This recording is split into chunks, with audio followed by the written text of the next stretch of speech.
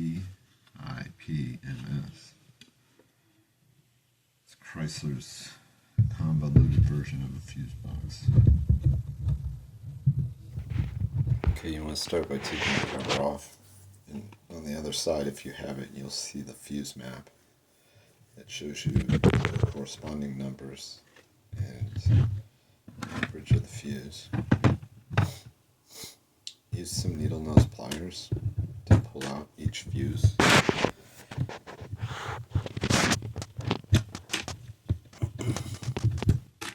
If Chrysler really wanted to help us, which they don't, there's like 3 different types of fuses in this box.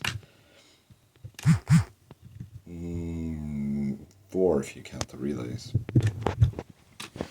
They should make the fuses circuit breakers rather than fuses, because if you break down in the middle of the desert, in the middle of the night, and you have to go find 3 different types of fuses, you're really going to get stuck. I don't know why they don't use circuit breakers. Every house on the planet does. They can make miniature breakers. Okay, so these relays can be sticky. You need to wiggle them as you get them out. So there's the mini micro fuses. Then there's bigger, higher rated fuses. There's a buzz bar that goes to each circuit, and it's numbered. It states which number is on the fuse map.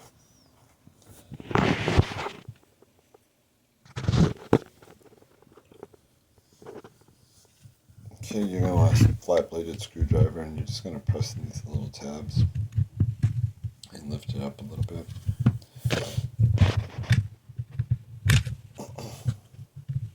There's 6 of them, 2 on each side, and then 1 at the top. That metal plate fell out, but yeah, it comes out.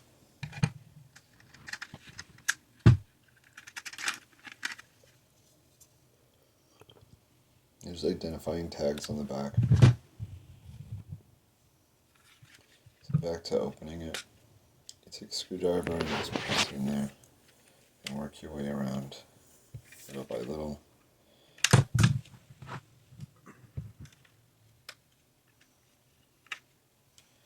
It's the 2 on the back that you need to do as well. I forgot.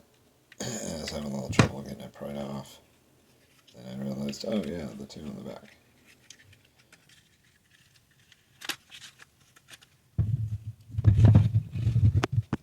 Yeah, that slides off. It just holds the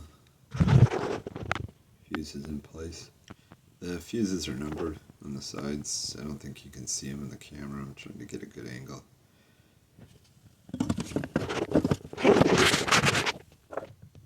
So you just set the cover and the fuses aside. What goes wrong on these fuse boxes are the relays. And that's these little white boxes right here. Most car manufacturers' fuse box is just an inline fuse and wires. Only Chrysler would hide relays from the vehicle owner. They're not really maintainable. You have to unsolder them from the board. Next we'll show how to test the relays.